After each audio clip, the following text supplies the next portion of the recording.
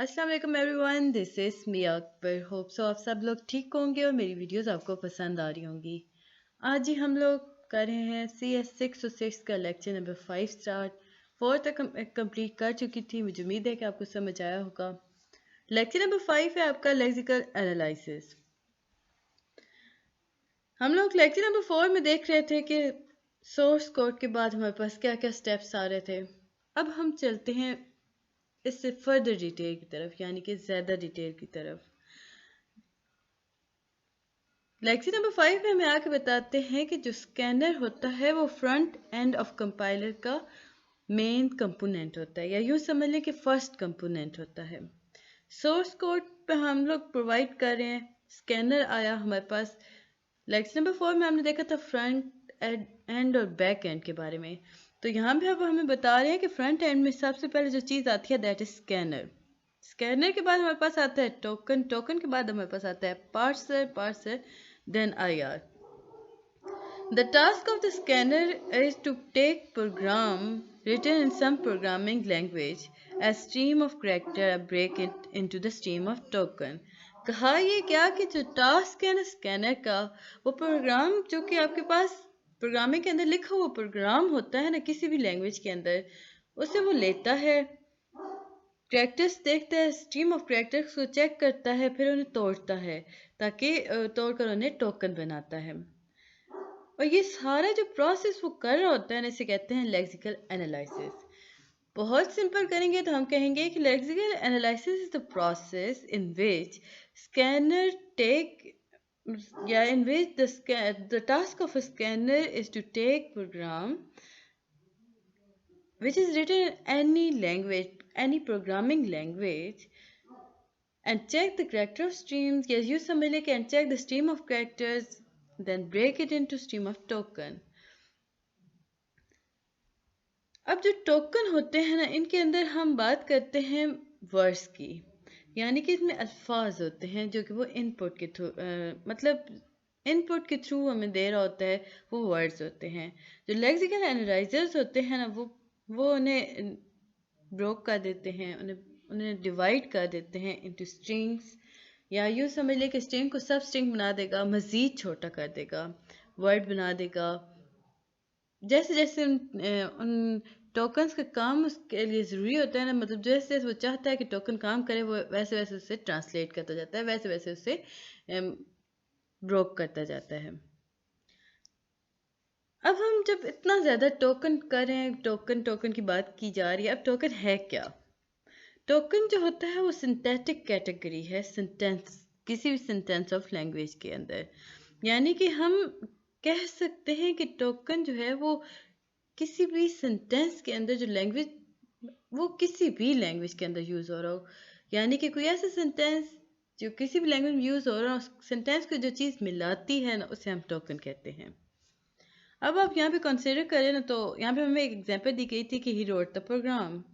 अब ये natural English के अंदर था, मतलब इसमें था कि ही रोट द प्रोग्राम, ये हमारे पास वर्ड्स थे, इनके दरमियान जो ब्लैंक्स थे उन्हें रिमूव कर दिया गया, तब जाके ये सब्जेक्ट बना, मतलब हमारे पास एक सेंटेंस आया। अब इसमें हमारे पास सब्जेक्ट भी था, वर्ब भी था और ऑब्जेक्ट भी था। आगे बढ़ते हैं तो हम देखते हैं कि एडहॉक लेक्चर हमारे पास एक वर्ड आता है। अब जब टास्क है ना किसी स्कैनर को राइट करने का, यानी कि किसी स्कैनर को लिखने का जो टास्क होता है वो काफ़ी ज़्यादा स्ट्रेट फॉरवर्ड होता है। यानी कि हम कह सकते हैं कि जो भी हैंड राइट कोड होगा ना, वो लाजमी बात है जनरेट करेगा टोकन।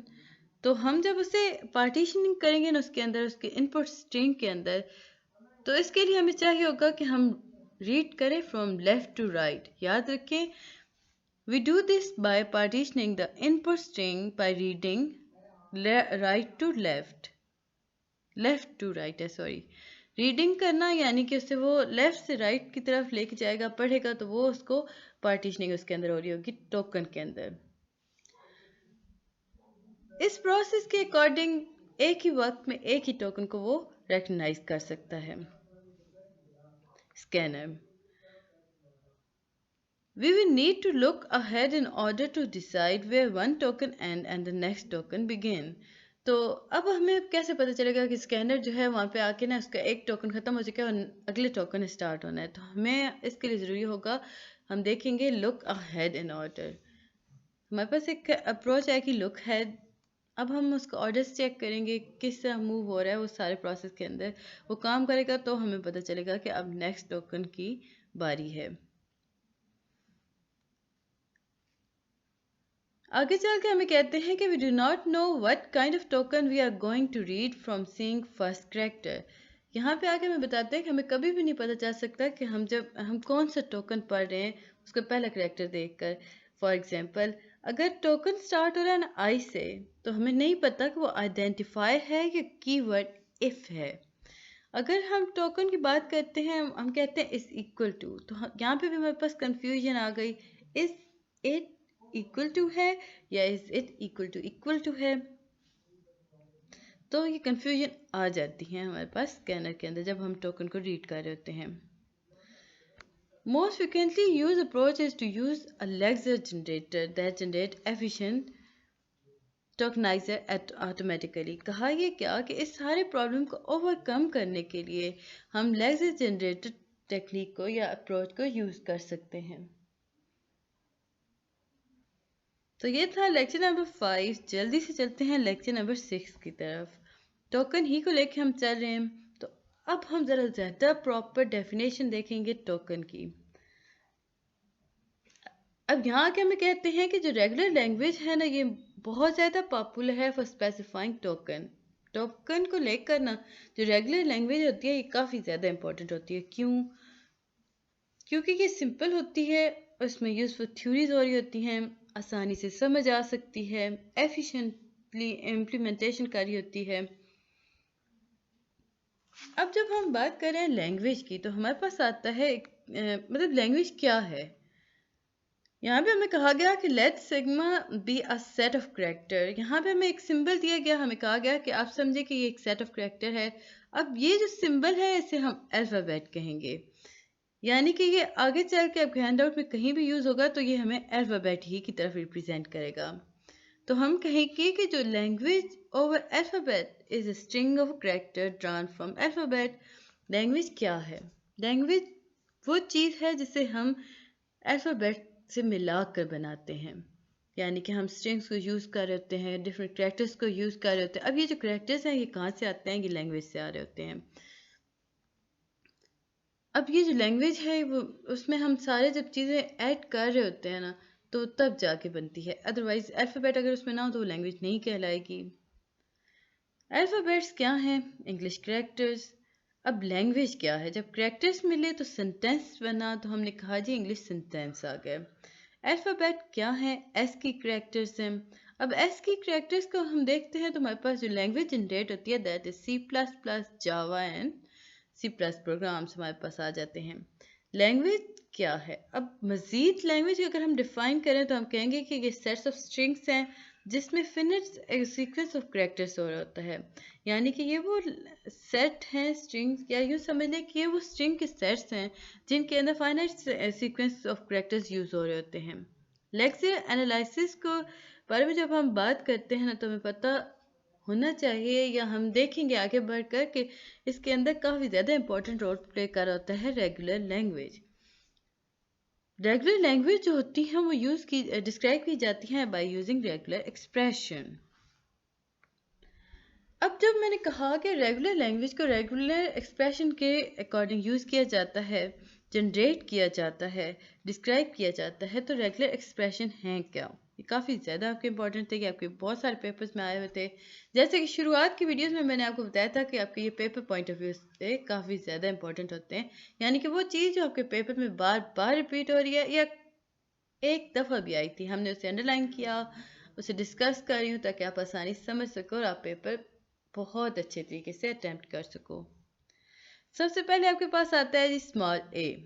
ये स्मॉल ए क्या है? ये क्या रिप्रेजेंट करेगा? Ordinary character from alphabet. हमारे पास ये सिंबल आता है, यानी स्मॉल ई के हमारे पास सिंबल आ रहा है, स्मॉल नहीं है, सिंपल ई आया है, तो इसका मतलब हुआ कि एम्प्टी है, यानी कि एम्प्टी स्ट्रिंग्स है। आपके पास आता है R/S, तो इसका मतलब हुआ कि इधर आर है या एस है। आर एस का क्या मतलब हुआ? आर एस का मतलब हुआ कि आर फॉलोड बाय एस। और आर स्टार का क्या मतलब होता है? कि होता है जी कॉन्कटेशन ऑफ आर जीरो और मोर टाइम्स, यानी कि हम कह सकते हैं कि आर स्टार का मतलब होता है कि वो एम्प्टी स्ट्रिंग की मूवमेंट के अंदर रहते हुए आर सिंपल यूज भी हो सकता है, डबल भी हो सकता है, ट्रिपल भी हो सकता है, मतलब सो ऑन वो मूव कर सकता है। अब अगर आपके पास आता है जी आर क्वेश्चन मार्क, तो इसका क्या मतलब हुआ? इसका मतलब ये हुआ कि या तो इसमें जीरो है या आर, एक आर यूज हो रहा है। आर प्लस का मतलब हमारे पास आया जी आर आर स्क्वायर, यानी कि इसके अंदर एक या एक से ज्यादा आर भी यूज हो सकते हैं। सिंपल अगर ब्रैकेट के साथ आर आ रहा है तो इसका मतलब है कि इसके अंदर ग्रुपिंग हो रही है।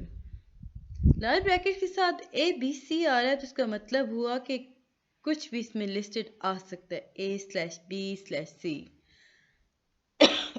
ए टू जी हमारे पास आ रहा है तो ये हमें रेंज बता रहा है कि ए से लेके जी तक हम लोग इसमें स्ट्रिंग्स, अल्फाबेट्स, टोकन यूज कर सकते हैं। सिमिलरली इसी तरह हमारे पास सारा कुछ वही चीज़ दोबारा रिपीट कर दी गई। सो ये इतना इम्पोर्टेंट नहीं था। हम अब आगे बढ़ते हैं तो हमारे पास आता है जी फाइनाइट ऑटोमेशन। फाइनाइट ऑटोमेशन है क्या? शुरू में जब हम देखते हैं तो हम देखते हैं कि we need mechanism to determine if an input string W belong to LR, the language donate by regular expression। तो ये जो लैंग्वेज डोनेट हो रही है ना, मतलब बात की जा रही है कि एक ऐसा मैकेनिज्म जिसके अंदर हम इनपुट स्ट्रिंग देते हैं W को और हम रिप्रेजेंट करते हैं कि वो LR है, यानी कि L की ग्रुपिंग के अंदर वो R को लेके चल रही है। तो जो लैंग्वेज है ना उसे हम कहेंगे, या ये समझ लें उसे हम डोनेट करेंगे आर के साथ, रिप्रेजेंट करेंगे विद रेगुलर एक्सप्रेशन आर। तो इस सारे प्रोसेस को हम एक्सेप्टर कहते हैं। अब एक्सेप्टर है क्या? देखिए, जब इनपुट स्ट्रिंग दी ना हम लोगों ने W, तो हमने देखा उसे एक्सेप्टर के अंदर डाला। एक्सेप्टर हमें दो किस्म के आंसर देना है, या तो वो हमें यस बताएगा कि हाँ जी W के अंदर L है हमारे पास, या वो हमें कहेगा कि नो, कि W के अंदर L बिलोंग नहीं करता। The acceptor is based on finite automation. अब जब हम फिनिट ऑटोमेशन के बारे में बात कर रहे होते हैं तो इसमें हम बात करते हैं एक्सेप्टर की, तो ये हमें पूरा बेस कर रहा होता है एफ ए पर। अब एफ ए क्या है? एफ ए क्या कंसिस्ट करता है? एफ ए के अंदर जी इनपुट अल्फाबेट्स होते हैं। याद रखें एफ ए के अंदर हमारे पास आएगा input alphabet, set of state, initial start state हो गई, सेट ऑफ ट्रांजिशन और set of accepting final state. यानी कि हमारे पास आता है फर्स्ट स्टेट यानी स्टार्ट स्टेट, लास्ट में हमारे पास फाइनल स्टेट आ जाती है। दरमियान में हम अल्फाबेट्स यूज कर रहे होते हैं, इनिशियल उसके सेट्स बता रहे होते हैं स्टेट्स के। आगे चल के मैं आपको डायग्राम इसके दिखाती हूँ तो आपको सारी चीज़ें क्लियर हो जाएंगी। A finite automation accepts a string if we can follow transition label with character in the string। ये जी हमारे पास आई एफ ए की डायग्राम। सबसे पहले हमारे पास क्या था? फर्स्ट स्टेट थी, इनिशियल स्टेट थी, लास्ट में हमने डबल ज़ीरो बनाया, यानी कि ये फाइनल स्टेट हमारे पास कहलाती है। हमने मूव करना था विद स्ट्रिंग नंबर 1, तो हम इस तरह मूव करते हैं एरो की मदद से। अगर हम आपको कहा जाता है जी आपने एफ ए बनाना है जिसके अंदर नंबर 1 तो हो बट वो सिंगल ज़ीरो को यूज़ करके बन रहा हो, तो जब हम नंबर 1 करते हैं तो हम इनिशियल स्टेट के ऊपर 1 का एक लूप बना देते हैं। अब इस लूप की वजह से हम लोगों ने बात कंप्लीट कर दी, यानी कि जो क्वेश्चन में रिक्वायरमेंट थी हमने उसे कंप्लीट कर दिया। 1 तो है हमारे पास, ये लूप क्रिएट कर रहा है, बट ये इनिशियल स्टेट से फाइनल स्टेट तक जाते हुए ज़ीरो की वैल्यू के अकॉर्डिंग चल रहा है। सिमिलरली ये आगे चल के हमारे पास वही सारी डायग्राम है, उसी चीज़ को दोबारा डिस्कस किया क्या, इसे हम स्किप कर देते हैं क्योंकि हमें अब तक क्लियर हो गया होगा। मुझे उम्मीद है कि आपको ये हर चीज़ समझ आ गई होगी। आगे बढ़ने से पहले काइंडली मेरे चैनल को लाइक और सब्सक्राइब ज़रूर कर दे। वीडियो पसंद आती है तो कमेंट करें। लेक्चर नंबर 7 है जी table encoding of F A. F A जो है वो इनकोड किया जाता है with the help of table. अब उस टेबल को हम कहते हैं ट्रांजिशन टेबल। काफ़ी इजी होता है बनाना। शुरू में हमने बात की कि अल्फ़ाबेट्स यूज़ हो रहे होते हैं, नंबरिंग हो रही होती है, इनिशियल स्टेट होती है, फाइनल स्टेट होती है हमारे पास एक। तो हम इसी के अकॉर्डिंग टेबल बनाते हैं। सबसे पहले हमारे पास आता है ए एंड बी, यानी कि ए बी को हमने मूव करना था, इसके हमने टेबल बनाना था ट्रांजिशन। तो हमारे पास 3 वैल्यूज आ गई 0 1 2। अब हम देखेंगे ए से 0 से 1 तक ए की वैल्यू को। तो जब हम देखते हैं कि ए मूव कर रहा है 0 से 1 की तरफ, हमने उसे 1 लिख दिया।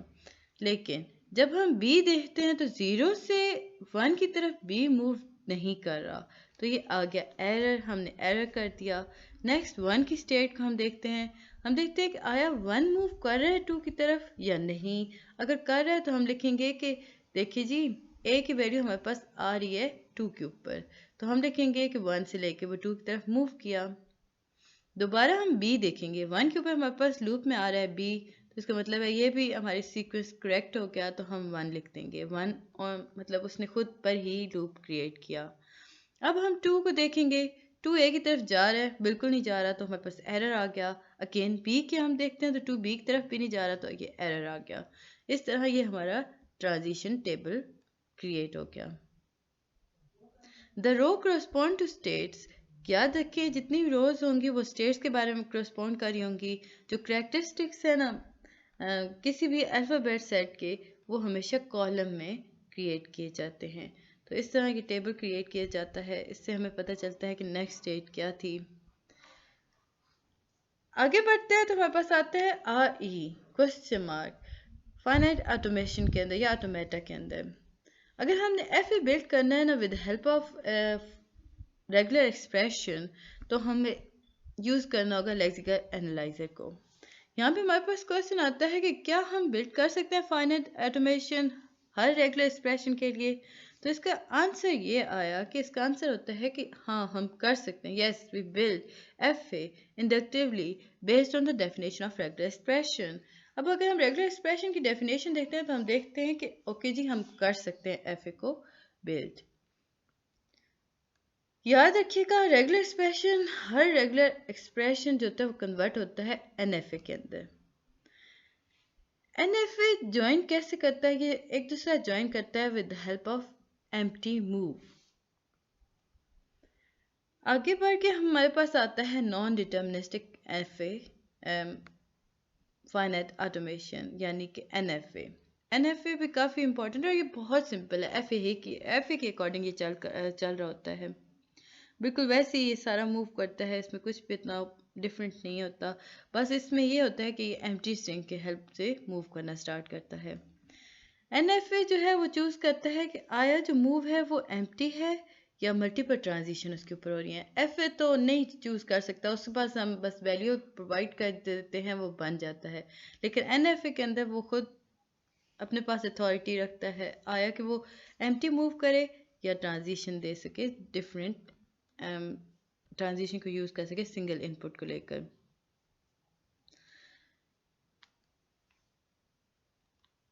अब कहा ये गया कि जो डिटर्मिनिस्टिक एनएफए है ना, पहले हम नॉन डिटर्मिनिस्टिक देखा, अब डिटर्मिनिस्टिक की तरफ आते हैं। तो डीएफए यानी डिटर्मिनिस्टिक, यहाँ पे हमारे पास एनएफए आ रहा है, ये एन नहीं है, यहाँ पे डी आना चाहिए था क्योंकि ये डिटर्मिनिस्टिक था। जो डीएफए है ना वो एक ही ट्रांजिशन देता है एक ही स्टेट पर, यानी कि वो हमें देगा कि ओनली वन ट्रांजिशन पर इनपुट पर स्टेट। इसमें कहीं भी एम्प्टी मूव नहीं हो रही होती। याद रखें डीएफए में एम्प्टी मूव नहीं होती, एनएफए में एम्प्टी मूव हो रही होती है। एनएफए और डीएफए में अगर हम चेक करें तो इनमें सिमिलरिटीज़ जो होती हैं वो रेगुलर लैंग्वेज की हो रही होती हैं। डीएफए जो है वो आसानी से इम्प्लीमेंट हो जाता है, इसमें टेबल आसानी से बन जाते हैं। डीएफए जो है वो एक्सपोनेंशियली लार्जर होता है एनएफए के। अगला हमारे पास आता है regular expression question mark NFA construction. हम लोगों ने जब देखा था तो हमें पता चला था कि जो एल्गोरिथम यूज़ किए जाते हैं ना रेगुलर एक्सप्रेशन से कन्वर्ट कर रहे होते हैं डीएफए कन्वर्जन को, उन एल्गोरिथम्स को कहते हैं थॉम्पसन कंस्ट्रक्शन। याद रखें, क्वेश्चन अगर आपके पास आता है कि व्हाट इज थॉम्पसन कंस्ट्रक्शन, तो थॉम्पसन कंस्ट्रक्शन जो है वो एल्गोरिथम है जिनकी मदद से हम आर ई को कन्वर्ट कर देते हैं डीएफए के अंदर। ये 1968 में CACM में अपीयर्ड हुए थे ये एल्गोरिथम। अब इसमें होता क्या है, इसमें एनएफए को ना कन्वर्ट कर दिया जाता है डीएफए के अंदर by using the subset construction procedure. Number of state in the resulting DFA are minimise using the Hopcroft algorithm. अब जब हमने एनएफए को डीएफए में बनाया यूजिंग सबसेट कंस्ट्रक्शन प्रोसीजर, तो जो एनएफए के फालतू स्टेट्स थी ना, उन्हें मिनिमाइज करने के लिए हमने यूज किया हॉपक्रॉफ्ट algorithm. We first create NFA pattern for each symbol and each operator। जब हम RE को कन्वर्ट कर रहे होते हैं ना NF की तरफ, तो हम सबसे पहले सिम्बल्स को, ऑपरेटर को, उसके हर ऑपरेटर, हर सिंबल के पैटर्न को ड्रॉ करते हैं। NFA for RE AB। अब हम एग्जांपल में देखते हैं कि AB को यूज करते हुए हम NFA को कैसे बना सकते हैं। सबसे पहले हमारे पास आया जी A। हमने A का NFA बनाया। हर FA, NFA, DFA, इन सारों के अंदर एक आपके पास लाजमी बात है, स्टार्ट स्टेट होनी चाहिए, यानी कि इनिशियल स्टेट होनी चाहिए, और एक आपके पास एंड स्टेट होनी चाहिए। तो हम लोगों ने एंड स्टेट और इनिशियल स्टेट को हम लोगों ने सपोज नंबर दे दिया S0 इनिशियल, S1 एंड आ गई, और ये हमारे पास एक ही हमारे पास बना NFA। अब NFA B का अगर हम देखते हैं तो हमने वैल्यू असाइन कर दी, for example S3 and S4। अभी हम लोगों ने पढ़ा था कि NFA के अंदर हम हमेशा एम्प्टी स्ट्रिंग को यूज़ करते हैं या एम्प्टी मूव कर रहे होते हैं। तो हम लोगों ने एम्प्टी मूव किया, दोनों को कंबाइन कर दिया। अब कॉम्बिनेशन के बाद, एम्प्टी मूव के बाद हमारे पास जो चीज़ आई that is NFA, complete NFA। यानी कि इसके पास हमारे पास एक, यहाँ पर हमारे पास एक इनिशियल स्टेट थी, एक फाइनल स्टेट थी। यहाँ पर भी हमारे पास एक इनिशियल थी और एक फाइनल। तो ऐसा हो नहीं सकता कि इनिशियल और फाइनल दो दफ़ा हमारे पास NFA के अंदर आ रहे हो। सो हम लोगों ने एक ही इनिशियल रखा, एक ही फाइनल रखा, इस तरह हम लोग के पास एंड स्टेट आ गई। सिमिलरली बाकी भी इसी तरह है जी, सारे के सारे। मुझे उम्मीद है कि आपको समझ आ रहा होगा। काइंडली मेरे चैनल को लाइक और सब्सक्राइब ज़रूर कर दीजिएगा।